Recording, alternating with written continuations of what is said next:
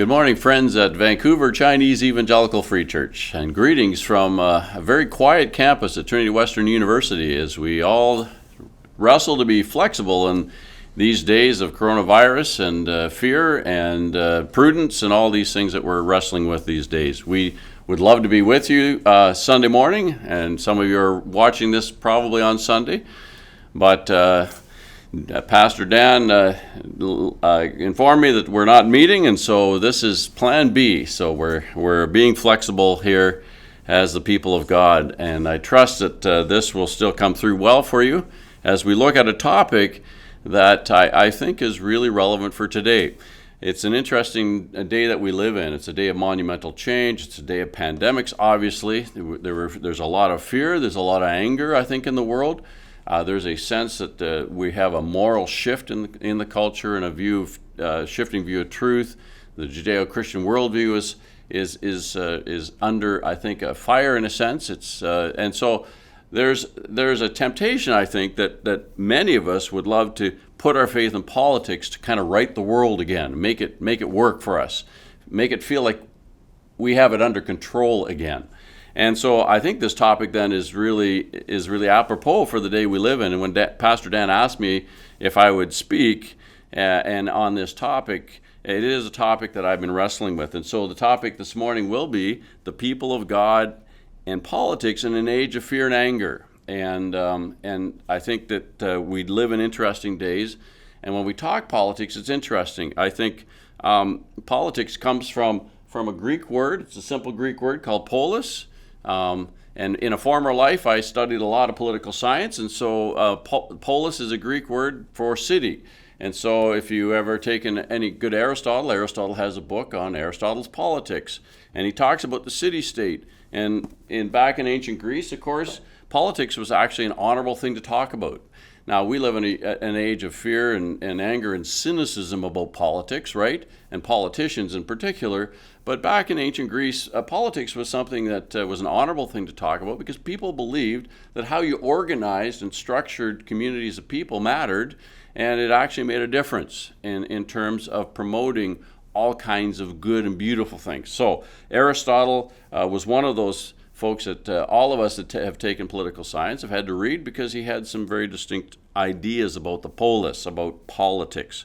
So now we live in a world that's a little different than that, and I want to just give you, first of all, a bit of a historical overview about kind of how politics in kind of the Western world, the Judeo-Christian world, has evolved, or a survey over time, because I think that's a little helpful as we consider this whole idea of what the people of God are called to when it comes to politics in this age of fear and anger. So, historical overview, saddle up your horses. I'm going to try to do this whole thing in a half an hour, which is going to be a challenge. But I want to give you a little bit of a history of God's people and politics.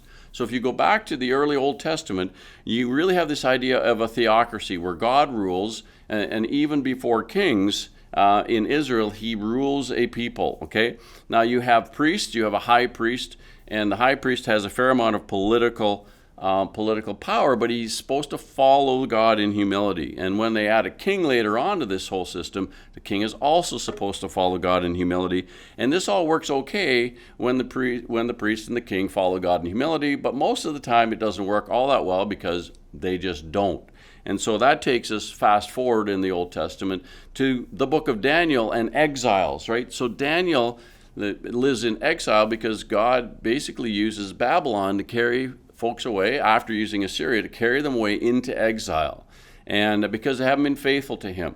So now Daniel and his friends are living in Babylon and later Persia, when Persia defeats Babylon. They're living in a foreign land as foreigners, and they're living as exiles, and religious leaders and Jews as a whole have basically no political power. Now we're going to come back to exiles later on in this message, so I'll leave it there. But that's kind of another kind of relation to politics, is basically totally being powerless in a foreign culture. Now fast forward to the early church, the time of Jesus. Time of Roman domination, a time when the church really, it ends up being a counterculture within a hostile political culture. And again, the church has no political power. So these are the first kind of three. So you can see that always we have basically religion and politics kind of inextricably linked throughout history, but and at least until modern times. But we have either we have the church having a lot of power, or we have the church often having no power, or sometimes a combination of both. Now, if we were to fast forward to the Reformation, early modern Europe, we would find that religion and politics are still inextricably linked. So the Reformers had a doctrine about a godly magistrate, and the king or the prince's job was to actually promote the right religion as well. And in fact, in Europe, the religion of the prince was your religion in the late 16th century, because it kept everybody from civil war, or it at least ended civil wars for the most part. And so religion was an important part of the culture, and so it was viewed that way. And kings had a lot of power, but then religious rulers had a fair amount of power as well. In the Middle Ages, of course, before this, we have a whole issue basically with the Roman Catholic Church basically having a huge amount of power in the culture, and this actually infects the church with worldly values. So we have popes at the time of the Reformers leading armies, being incredibly rich and corrupt, and reformers like Luther had a problem with this. Earlier than Luther, we had reformers like the monastics who tried to basically get away from this negative spiritual aspect that political power had on the church, and formed monastic communities. So you had Benedictines, you had Franciscans, you had Dominicans. Some of them were very separatist and tried to stay really focused on purity. Some of them were a little more active in the culture and tried to care for the poor and sick and so on. So there was different kinds of monastic groups, but it was an attempt to purify the religion, right? Purify the church in the Middle Ages. The Reformers, of course, pick up on this and try to do that even more, and they solicit the help of the king to do that, or the prince in their area to do it. So it's still very inextricably linked. Now, when the church felt that they were losing control of the culture and it was getting evil, we often had what we would term today as culture wars. So Puritans, right? Puritans in the 16th and 17th centuries came up with Sabbath laws as they tried to control and win back the culture, take back the culture in order to basically purify the larger culture. And so you had culture wars.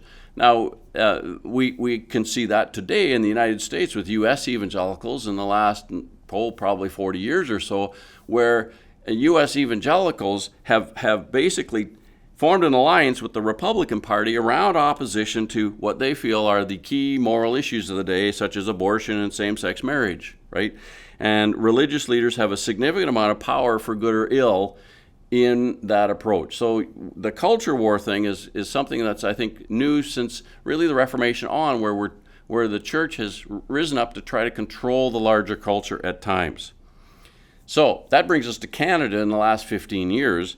And I think where we live now, of course, in North America, is that we have this theoretical separation between church and state, because historically we've seen that when the church has had a lot of political power, it's actually infected the church and brought a lot of evil and corruption into the church, and so and subsequently into the culture at times as well. So what we of course have is kind of almost a doctrine in modern life, is this assumption about separation of church and state. But this is a new idea in the last couple hundred years. This was not part of the history of Western culture at all, really, until recently. In Canada in the last 15 years, we have, in a sense, we've had a number of evangelical leaders in politics, but there has been an increasing marginalization of evangelicals from the public square, as we're kind of considered being un-Canadian because of our views on the LGBTQT and pro-choice and same-sex marriage and so on. So it's an interesting time. So think about Andrew Scheer, who is a good Roman Catholic and had Christian views on things, really got into trouble because he was un-Canadian on those things.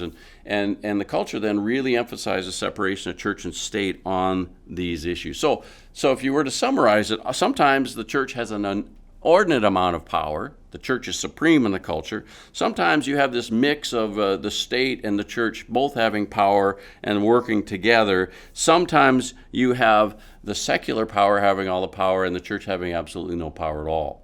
And so oftentimes as believers, we have been engaged in certainly our North American, our U.S. cousins to the south have been engaged in this idea that we need to reclaim the culture, we need to take it back. And so the culture wars kind of mentality, that Puritan idea, has been certainly evidenced in the United States. So the question is this, as we get into this text this morning: how then should we live? What is God calling us to, really, in a kind of we're at a coronavirus age, but in an age that's full of fear and anger, where we are tempted to make politics or politicians or political parties the answer? Well, I want to just say, as we get into 1 Peter chapter 2 this morning, that this is not the first time in history that the church has had to live and do mission in a culture that's hostile to their values and beliefs. It is not the first time they've had to deal with fear of uncertainty and plagues, right, and so on. And I think Peter's encouragement here in 1 Peter 2 is really going to remind us that we are a special community of God, that we're his special community, and it gives us some guidance, I think, on how we approach politics. And so he reminds us to be called to three things. Now, I'm going to read this text from the New Living Translation just to start off, because I think it's great to get the kind of overall sense. And it may not become evident to you right away how this applies to politics, but hopefully over the course of the next 20-25 minutes, we'll clarify that a little bit. So in 1 Peter 2, verse 4, Peter says, "You are coming to Christ, who is the living cornerstone of God's temple. He was rejected by people, but he was chosen by God for great honor. And you are living stones that God is building into his spiritual temple. What's more, you are his high priests, holy priests. Through the mediation of Jesus Christ, you offer spiritual sacrifices that please God. As the scriptures say, I am placing a cornerstone in Jerusalem, chosen for great honor, and anyone who trusts in him will never be disgraced. Yes, you who trust him recognize the honor God has given him, but for those who reject him, quote, the stone that the builders rejected has now become the cornerstone, and he is the stone that makes people stumble, the rock that makes them fall. They stumble because they do not obey God's word, and so they meet the fate that was planned for them. But you are not like that, for you are a chosen people. You are a royal priest, a holy nation, God's very own possession. As a result, you can show others the goodness of God, for he called you out of the darkness into his wonderful light. Once you had no identity as a people, but now you are God's people. Once you received no mercy, now you have received God's mercy. Dear friends, I warn you as temporary residents and foreigners to keep away from worldly desires that wage war against your very souls. Be careful to live properly among your unbelieving neighbors. Then even if they accuse you of doing wrong, they will see your honorable behavior, and they will give honor to God when he judges the world. So that's the text we want to take a look at this morning. And it may not be entirely evident to you right now that what I'm going to talk about and get at here, but I want to highlight three things about being the people of God, but the community of God. And the first one is this, that we are called to be a sacred community. So verses 2, 4 to 8. In verse 4 to 5, he says, as you come to him, the living stone, rejected by men, but chosen by God. There's a lot in there right away. So basically, Peter is saying, as you come to him, and the words kind of mean as you come and remain in him, right? This is not just coming and checking him out and leaving. This is come, remain in him. Now, most people, he says, reject Jesus. They reject the living stone. But you come and you remain in him because you're chosen by God and you're precious to him.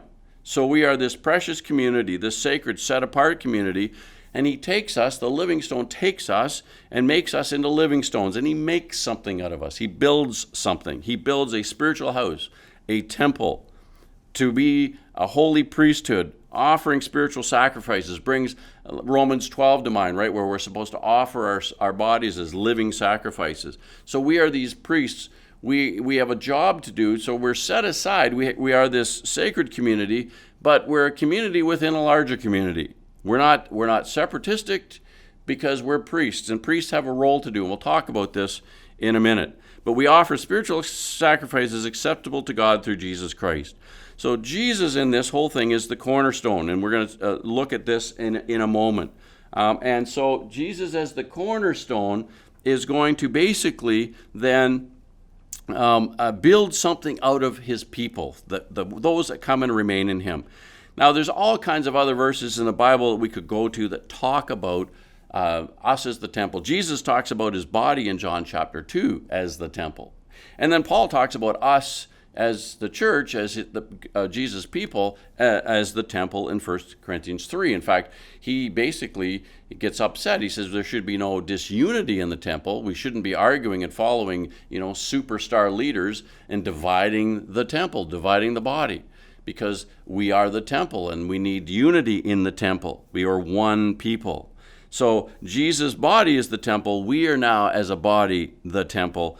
And so we are called then to be, living stones built for a spiritual use to be used. So we're not separated just to be separate and pure. We have a new task to do. And he moves on in verse 6 then, as he's talking about this Messiah, this living stone. He says, I lay a stone in Zion, a chosen and precious cornerstone, and the one who trusts in him will never be put to shame.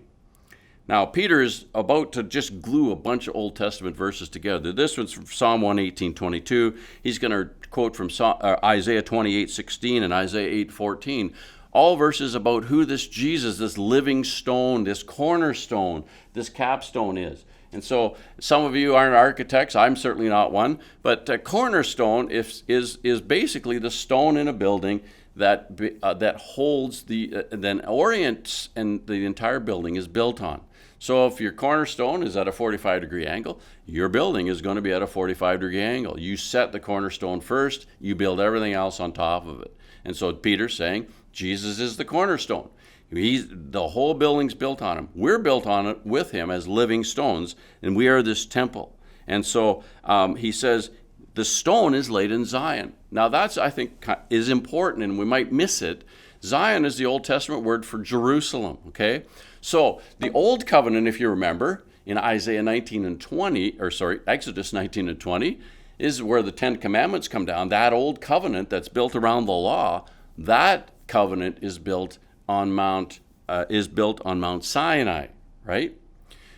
Now, this new covenant, this new temple, right? This new covenant is built in Zion. It's built in Jerusalem. It's built on Jesus, and it's built basically on Mount Golgotha. So different mount, new covenant, and a new era of priests. So the whole Old Testament priest stuff comes out of Sinai and Exodus 20. This new covenant is built on Jesus on Mount Golgotha, where he sacrificed for our sins, and now he redeems us. And so this is a new kind of approach. So you move from the old system of a theocracy, which was built on, which was built in Exodus 20, and now you move away from this theocracy in a broader world of Roman domination, where Jesus is killed on Mount Golgotha. So this is a new reality. Theocracy is over, right? Until Jesus comes again and reestablishes it, but we live in that in-between time. So none of us get to set up a theocracy. It doesn't work for us anymore, because this new covenant comes out of Jerusalem, which is built on the sacrifice of Jesus.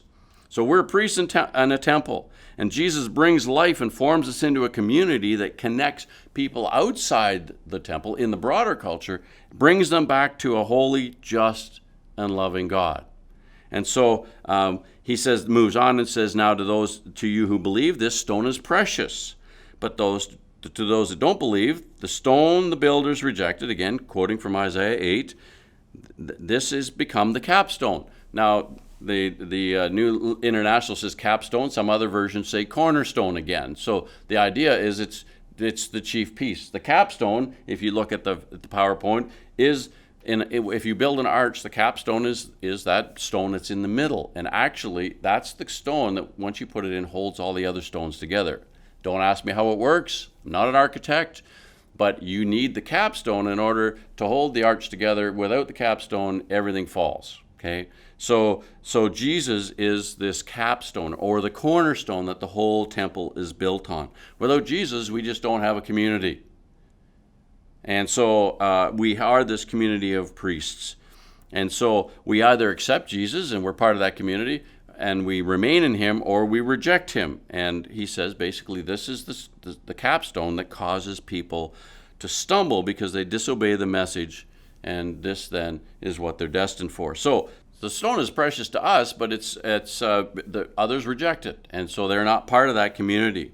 And so here's the deal: as this sacred community that is supposed to reach out to the world and basically in a redemptive way bring people to Jesus, we are going to stand out. We're going to look different. The early church looked different. I love this. Despair.com says, break the rules on your own time. Here, you get paid to conform. And there's no doubt that we live in this kind of world where people want us to conform. We are going to stand out a little bit as this sacred community set apart. But the point is not that we separate ourselves and keep ourselves pure and never talk to our neighbors or relate to any other human beings.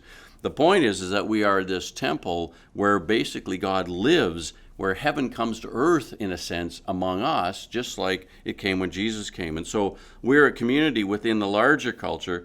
We're not meant to control or dominate the culture, but we're called to be different, built on Jesus, and we're to engage right in the culture. But in a sense, I think this reminds us that engaging in culture wars is kind of a waste of our time. It's energy invested in the wrong direction, because the emphasis here is that we're redeeming, and we're a redemptive community of priests bringing people back to God. It's not that we're here to control things and dominate the culture.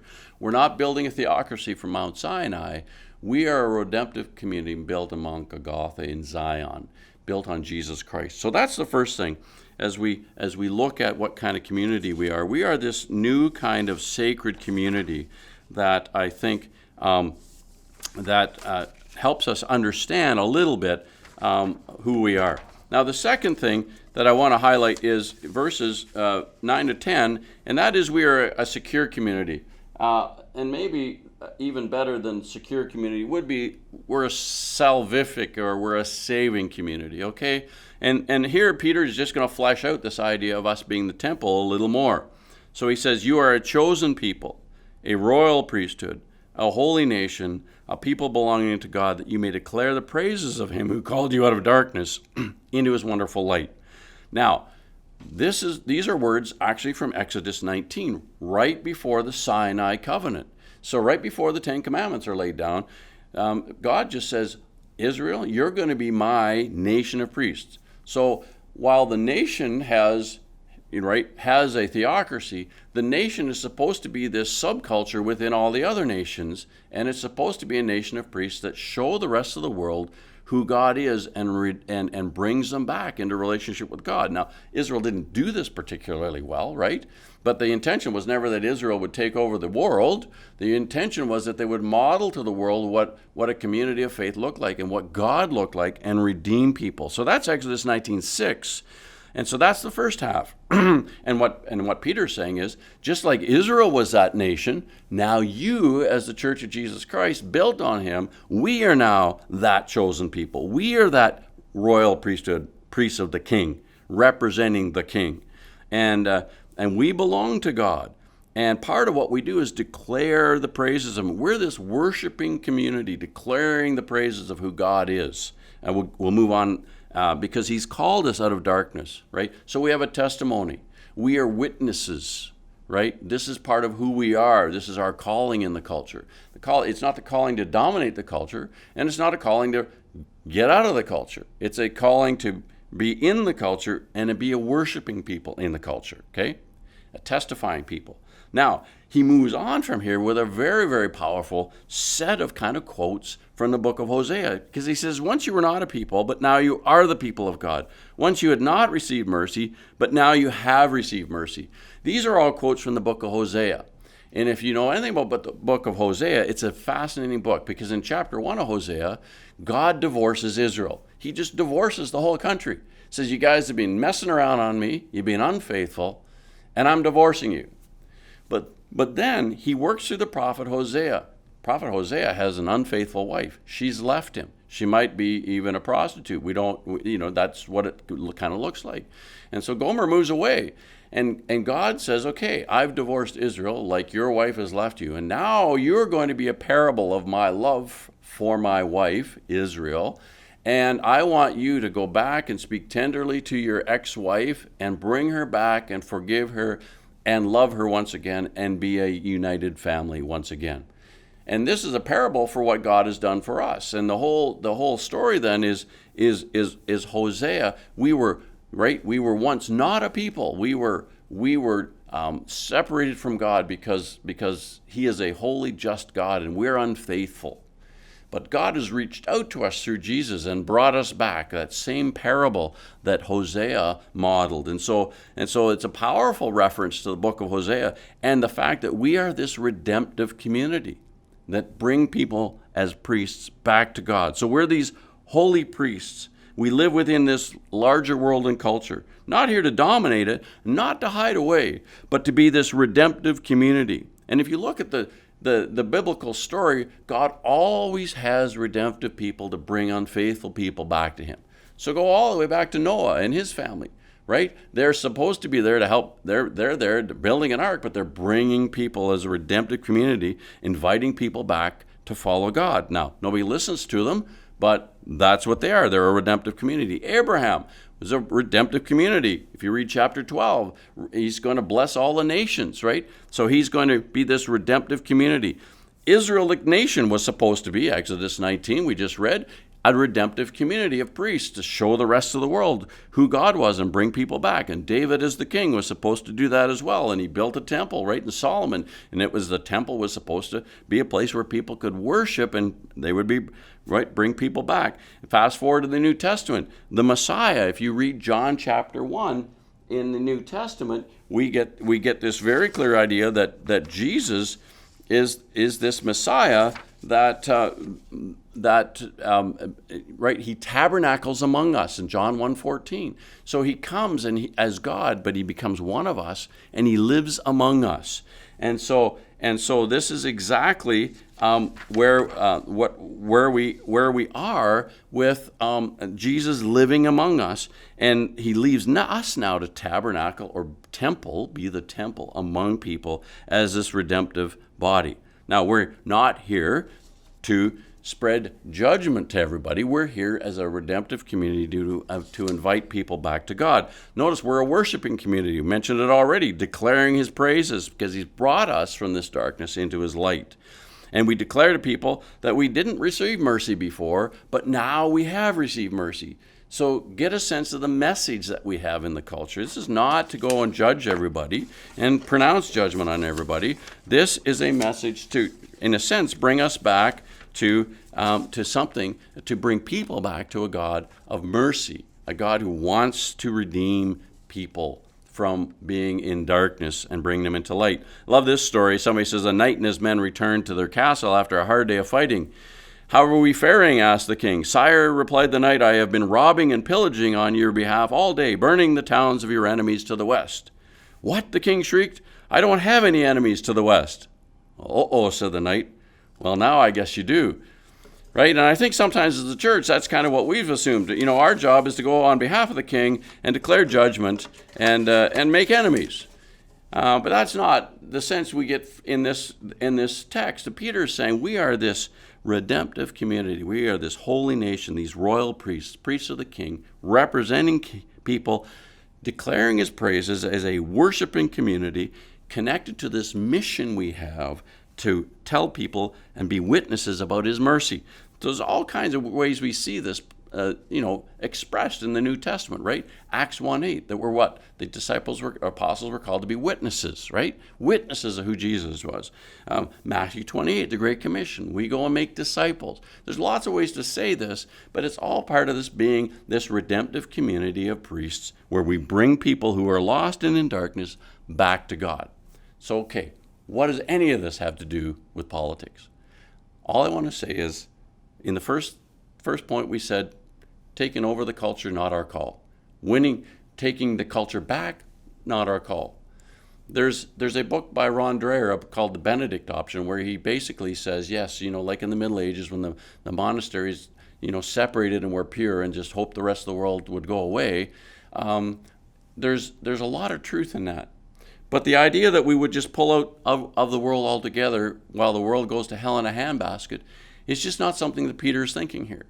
Because he's just saying, yes, we're going to be this pure, and we're going to talk about this in the last point, we're going to be this pure community, at least we're called to be, but we are still called to live in this world, and we're called to bring people to Jesus. And so the option of us just withdrawing and hiding out and in order to stay pure, it just never worked in history, right? Because we take our own sin into the community, and even if we're hiding out in a desert, and historically, monastic leaders are oftentimes just as evil as popes, right? So I mean, this is the deal. We can't seal ourselves off from politics either. But the call is not for us to hide out and hope, right, the world goes away and we can stay pure. The call here is to be a temple of royal priests in the culture and to actually be part of God's redemptive plan. Okay, so that's point number 2. And now that takes us really to the third and last point, which I want to highlight. And that is that we are called to be a sanctified community. Oh, hang on. Oh, I forgot this. This is one of my favorite Herman comics of all time, right? Now, we are this redemptive and worshiping community, but I love this cartoon. It says, here's the woman, the house next door is on fire. Do you want to watch, right? So this is not our call. Our call is not to watch the world burn. Our call is to be this redemptive community. So we're a worshiping community, but we're a missional community as well, right? And actually, the two overlap a load. That could be a whole sermon on how worship is mission. I think we think worship is singing Sunday morning, right? And mission is something else, going overseas. No. Actually, a huge chunk of our worship is living out, or a huge part of our mission is living out as worshipers during the week. That's another sermon for another time, but it's a great concept, I think, that Peter is touching on here in this chapter. Okay, so now I can go to number 3, that I'm sort of organized. And so the last point is this: we're called to be a sanctified community. And this is where I think we get to a third way of politics. So, way 1 is let's dominate the politics or fight to get it back, right? Way 2 is let's just withdraw from politics altogether and, let the world go to hell in a handbasket. I don't think that's what we're called to either. The third way, I think, is the way of the exile. So we're going to talk about this just for a few moments, because the way of the exile is a way that's a little bit counterintuitive to us. Verse 11, Peter says this: "Dear friends, I urge you as aliens and strangers in the world to abstain from sinful desires which war against your soul." Now, in the New and Living Translation, it said as temporary residents and foreigners. In other translations, it says as sojourners and exiles, okay? And that takes us back then to kind of a Daniel, right, Old Testament exile kind of metaphor. So we are these sojourner, temporary residents and exiles, foreigners living in the land. And he says, as you live in the land, you're going to be this temple of priests, but you need to abstain from sinful desires which war against your soul.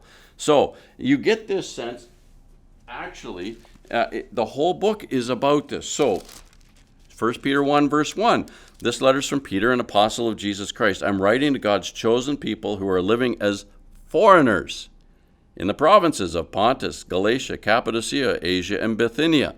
So he's writing to people, this is a church that's being persecuted, and they're scattered all over the provinces. And they know they're foreigners because they're losing their life, they're losing their homes, they're losing everything for the sake of following Jesus. Okay? Now, he goes on in verse 17, and remember that the heavenly Father to whom you pray has no favorites. He will judge or reward you according to what you do, so you must live in reverent fear of him during your time as, quote, foreigners in the land. Okay? So the emphasis in this book is that we are foreigners in the land. We are exiles. This isn't really our home. We're temporary residents. And so he's going to flesh this whole idea out. We're, in a sense, living in Babylon, just like Daniel did. Now, Babylon actually becomes this real metaphor for worldliness, actually, in the New Testament. And you can follow Babylon. And Babylon is actually this metaphor for all the values that fly in the face of Jesus' values. So if you want to read about Jesus' values in the Sermon on the Mount, Matthew chapter 5-7, you can read what Jesus is calling us to, right? Jesus' kingdom is like. But But the world's, Babylon's stuff is all about, right, is all about power and sex and, right, and taking all the good things God created and twisting them. And so Peter's saying, hey, we live as exiles, aliens and strangers. We're in the world, Jesus would say, but we're not of the world. That's what he called us to. So we live here, our feet are here, but our heart is somewhere else. I love this picture. It says, exiles, our feet here, our hearts there. I think that's a great picture, right, of what it means to be an exile. So Paul would have phrased it this way: I'm an ambassador for Christ, 2 Corinthians 5. So I'm not a citizen here. I'm a citizen of God's kingdom, but I happen to live here and I represent him. And that's a beautiful metaphor, I think, for what exactly Peter is saying here too. So we're aliens, we're exiles, right? We are not citizens here. So don't get caught up in the values of here. So basically we're going to have to live differently. There's a great BibleProject.com video that I highly recommend, and it's called The Way of the Exile. It's a 5.5-minute clip.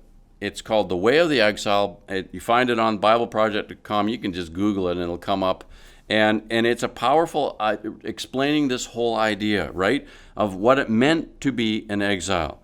And what they explain is that Jeremiah the prophet, when Israel went into exile, Jeremiah said, when you're there, build houses, set up camp, right? Work and pray, seek the welfare of the land. Because if the land flourishes in goodness and beauty, you will. So seek the welfare of the land. But then he turns around and says, but at the same time, and this you see in the life of Daniel, at the same time, you're going to need to be subversive, because you don't want to get infected with the values of Babylon. You actually want to infect Babylon with the values of God's kingdom. You want to make things better as part of you being there. Your loyalty is actually to the welfare of the land, but your ultimate loyalty is to God and his values. And so Daniel lives this out. You see it. Daniel dresses and lives like a Babylonian. But at one point, when they want him to eat food that's that's not kosher, he says, let me show you basically a better way, okay, a more wise way. Give me a couple weeks on my diet and we'll see if I'm healthier than I am now. Okay, so he pushes back subversively. He's in humility, but he does this. Now, there's times where they actually have to just draw a line on the sand, Daniel and his friends, and Shadrach, Meshach, and Abednego end up having to do that when they're asked to actually bow down, right, to the idols of the land, to the statue of the king, and they just refuse. They stand up and they're willing to pay the price for their refusal, right? And they're willing to die. Now, Jesus rescues them from the fiery furnace, and Daniel, of course, has similar Lions Den experience later on when he's under Persian rule. But make no mistake, they are loyal to God ultimately, but they're seeking, right? They're seeking the welfare of the land that they're in. And there's a tension in living like this. But I believe it's the call that we have. And we live in a land that doesn't share our values anymore. If you want to read a great book on this, David Kinman's written a book lately called, right, Faith for Exiles. And how do we live out, right? How do we live out our faith in a land that doesn't share our beliefs and our assumptions? Okay, Faith for Exiles. That's a must-read. Highly recommend it. And again, it's this whole idea that we are exiles. And so as exiles, we're in a war. But we're not in a war against people. Okay? We're not in a war against other political parties. We're in a war against sinful desires of Babylon that wage against our soul. We were created, right, for beauty and goodness. And Babylon, or the devil, takes every good thing and he perverts it, right? And he makes it into what 1 John 2 would say, lust of the flesh, lust of the eyes, and the pride of life, right? So all the good things about the flesh can be perverted. All the good things about the eyes, right, about what we want, can be turned into greed, right? All the good things about human dignity can be turned into pride and power and oppression, right? And this is what the devil does in the kingdom of Babylon that we live in, okay? But God calls us to something better. He calls us to kingdom values. And so Peter says, don't compromise those values. Don't bow before these idols. Don't let them infect your soul. because they war against your soul, because you weren't designed for this. You were designed in Genesis 1 and 2 for so much more. So Genesis 1 and 2 makes it clear we were designed for something that is beautiful and good, and we want to go our own way. We want to define good and evil for ourselves. We want to make a name for ourselves. And of course, this is the source of evil and oppression in the world we live in today. And so Peter says, don't go there. You're in a war against those sinful desires. And as people of Jesus, you need to live differently. So in verse 12, live such good lives among the pagans, that though they accuse you of doing wrong, they may see your good deeds and glorify God on the day he visits us. So we're supposed to model goodness and beauty and truth in the world we live in. Okay? There's a great new book by Paul Gould, which I highly recommend, called Cultural Apologetics. And Paul Gould just talks about the fact that we have to show people again, as the people of God, how our God, right, as we declare his praises, is good and beautiful, and yes, the truth. We typically have only focused on truth, but we now live in a world where people just don't think we're good or our God is good or beautiful. This is part of what we need to model for folks by how we live.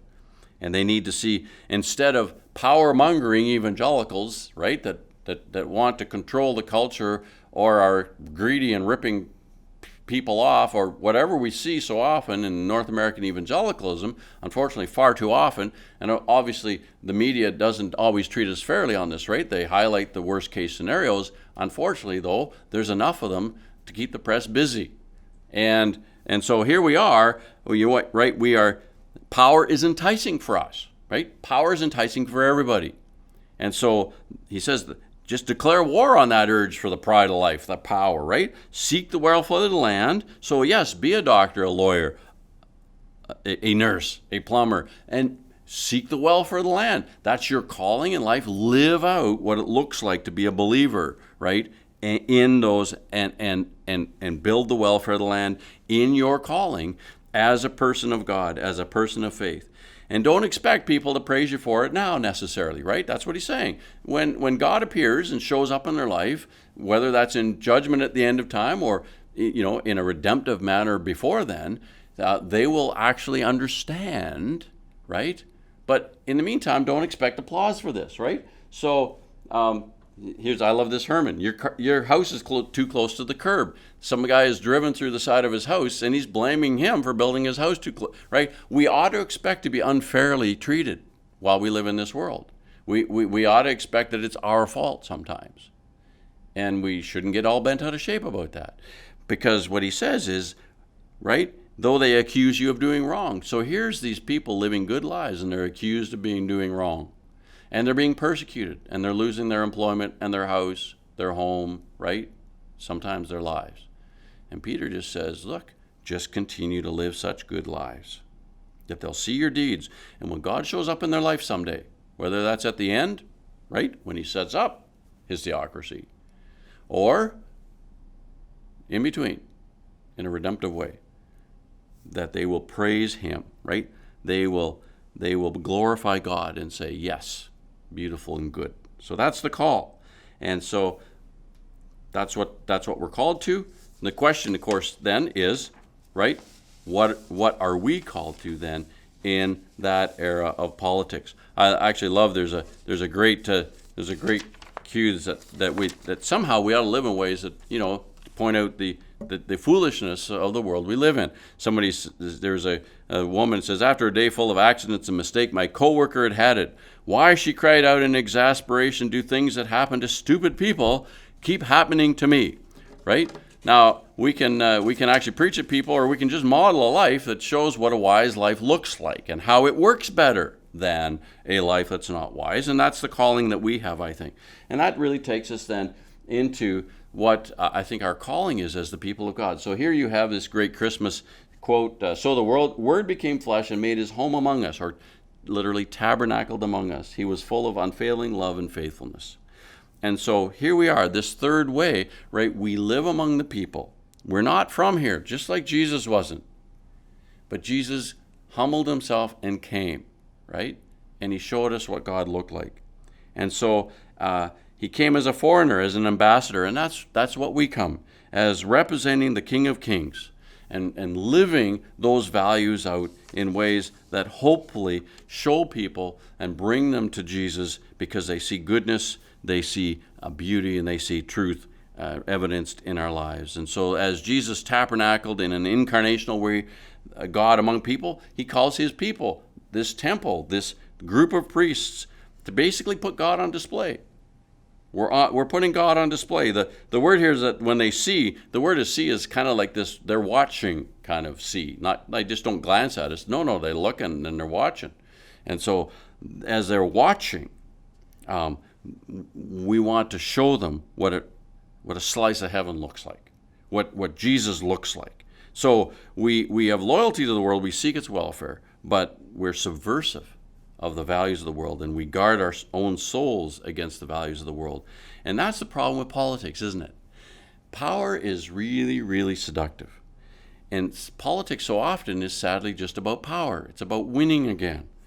And so I believe that we're called to have Christians in politics and medicine and education and all these areas, right? We're called to seek the welfare. But we have to guard ourselves from actually adopting the values of the world in these areas and bringing the values of the king, the real king, the future king who will set up this theocracy sometime. So, in conclusion, let's tabernacle among people like Jesus did and display his glory, his grace and truth. We're not in a time when theocracy is going to work, right? We're the people of Zion. We're not from the nation of Sinai. I think we need to avoid the culture wars. We're not taking back the culture, and that's not, I think, something we're called to do. We're not called to dominate the culture, right? As they did in the Roman Catholic Church or whatever. It's not about control for us. And the Benedict option, yes, we're supposed to be different, but we don't withdraw, right, in the monastic cloisters and not care about the world, because we are a worshiping community, a people of mission.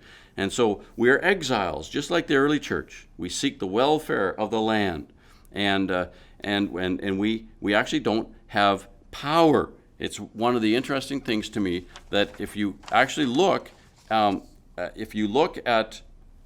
what it means to follow Jesus, if you look at the history of the church, I think this is a generalization that maybe you can look up, but I would say this: the power of the church is inversely proportional to the amount of political power that the church holds in the culture.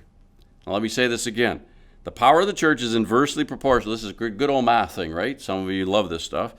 It's inversely proportional to the amount of political power that the church holds in the culture. Rodney Stark shows how this powerless group of Christians in the early church basically turned the world upside down. Because the church is at its most powerful when we don't have power in the culture. So putting our faith in politics, I think, is the wrong answer. It's interesting to me as I close that the fastest growing church right now is not where we have the most resources. It's not where we have the biggest buildings. The powerful church and the fastest growing church in the world today, just like the early church, is in Iran. And it is a church that has no buildings, no central leadership, right? No resources, is persecuted just like the church that Peter's talking to, and is led mostly by women. And women in Iran don't have political power. Now, how is that possible? Well, because the Spirit of God is convincing these women that they are a holy nation and a priesthood, and that Jesus is the living stone, and that they have a message that's life transformational. And so they're simply reaching out with no power at all, willing to give their lives for this message, for this Lord. They're not making converts, they're making disciples, folks that will follow Jesus, because they are a worshiping community of women who are declaring his praises, of calling them out of darkness into light, right? And that's where the church is the most powerful, when we don't have the political power to mandate things, but what we are active in the culture, and we're just sharing out of our life of worship what it looks like to follow Jesus and living in a different way. And that's where the church is growing in power. And so that's my prayer for us as the Free Church, that we wouldn't worry about whether we have political power. We would embed ourselves into the culture as good doctors and teachers and lawyers and plumbers and whatever God's calling you to do. But that we wouldn't place our faith in politicians, that we would place our faith in that living stone who is the cornerstone of our community.